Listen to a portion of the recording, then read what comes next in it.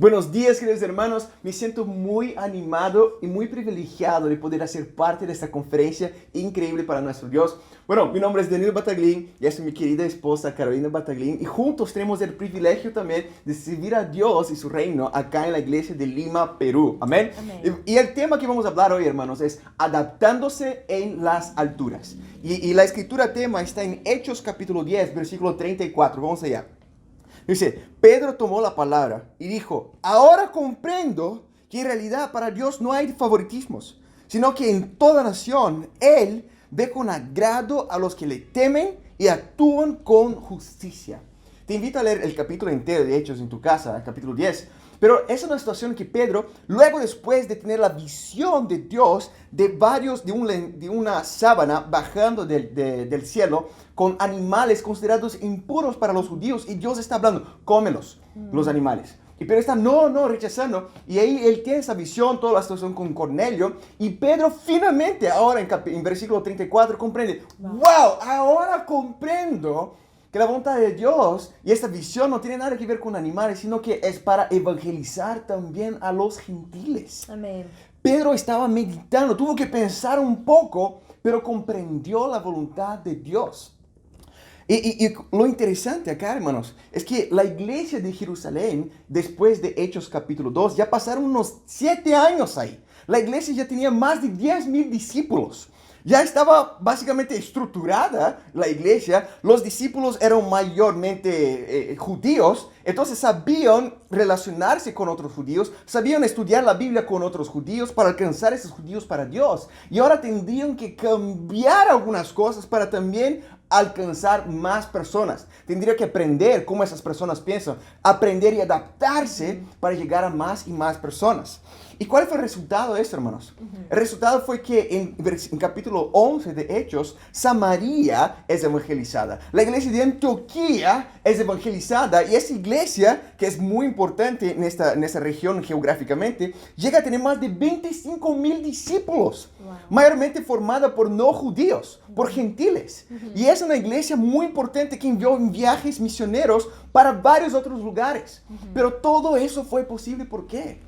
Porque alguien pensó y meditó en la soberanía de Dios y pudo hacer la voluntad de Dios, y muchos milagros pasaron. Voy a dejar que Carol comparte. Sí, bueno, hermanas, cuando yo pienso en la visión que tuvo Pedro, cuando yo pienso en lo que él sintió, yo creo que él estaba, wow, esta visión es muy fea, no es muy mala. Imagina comer un animal impuro. Era algo que Pedro nunca había hecho en su vida, y para él era algo que no, era algo horrible. Malo. Y por eso que él niega 3 veces a la voluntad de Dios en este momento. Y hermanas, cosas difíciles van a pasar en nuestras vidas. Y muchas veces nuestra tentación es actuar como Pedro actuó al principio. Realmente no querer hacer la voluntad de Dios cuando las cosas están difíciles. O incluso permitir estar desanimadas o con miedo. Bueno, cuando Danilo y yo venimos a Lima para empezar la iglesia, yo estaba muy feliz de venir acá, pero yo no conocía Lima para nada. Entonces, cuando llegamos en el aeropuerto, los discípulos cariñosamente nos recogieron con mucho amor y nos llevaron hasta el lugar donde estaríamos quedando. Pero pasamos por varios lugares peligrosos, ¿no? Y bueno, era muy obvio para todos que Danilo y yo éramos extranjeros. Todos nos miraban en la calle. Yo tenía miedo de hablar porque iban a escuchar mi acento. Ya sabían que nosotros somos extranjeros. Quizás iban a pensar que éramos americanos por Danilo y tratar de robarnos. Y bueno, en el momento yo tuve mucho miedo. Y llegué incluso a pensar, wow, quizás nunca voy a poder caminar sola en esta ciudad por ser peligrosa. También el sistema de transporte acá en Lima es muy distinto del sistema de transporte de São Paulo. Entonces yo no entendía cómo funcionaban los buses, yo no sabía cómo ir a los lugares. Y el sistema público de transporte acá en Lima no está en Google Maps. Entonces yo no sabía cómo buscar. Pero bueno, algunos hermanos nos ayudaron, ¿no? Pero yo tuve pensamientos también de como, wow, yo nunca voy a aprender a andar de bus acá. Yo no puedo estar andando en taxi y Uber por toda mi vida, ¿no? Mientras estoy acá. ¿Cómo voy a evangelizar? ¿Cómo voy a ir a la universidad? Pero en este momento, cuando yo sentía y pensaba esas cosas, yo tuve que volver a Dios. Amén. Yo tuve que orar y confiar en sus promesas, volver a la palabra. Y para mí, yo entendía, yo estoy acá en Lima haciendo la voluntad de Dios. Yo estoy poniendo su reino en primer lugar. Y por eso Dios, como Él me promete, me va a cuidar. Y eso me dio mucha paz. Y bueno, obviamente aprendimos a andar de bus. Amén. Dios nos ha protegido hasta hoy. Nunca hemos sido robados. Amén. Estamos muy bien en Lima. Y Dios es fiel. En Job 33:14 dice, Dios nos habla una y otra vez, aun que no lo percibamos. Sí. Dios siempre habla con nosotros Sí. para ayudarnos, para direccionarnos, Ujú. para darnos confort, para inspirarnos. Sí. Pero nosotros solamente vamos a escuchar a Dios si tenemos una relación con Él, si oramos continuamente, si buscamos y confiamos en su palabra, Sí. si tenemos profundas convicciones. Y Pedro pudo escuchar a Dios, entender la soberanía de Dios, porque él tenía una relación Sí. cercana con él. Acá, en el año pasado, por el COVID-19, tuvimos muchas restricciones y tuvimos que apoyarnos en nuestra relación con Dios para escuchar qué Dios nos quería enseñar Exacto. con todo este escenario. Y fue increíble, hermanos, porque pudimos aprender varias cosas, pero me gustaría compartirles 3 cosas. La primera, comprendimos que ahora con el Internet podemos evangelizar las universidades privadas. Amén. ¿Por qué? Porque antes había ahí una barrera física, ¿no? Que Literal. nos impedía entrar en esas universidades. Pero ahora con el Internet no hay barreras, ¿no? Podemos ir y alcanzar cualquier persona en cualquier lugar. Y fue increíble porque el año pasado Dios nos dio 10 bautismos universitarios. Amén. Y 3 universitarias son de 2 nuevas universidades Amén. privadas. Sí. También pudimos ver que Dios quería salvar a las familias.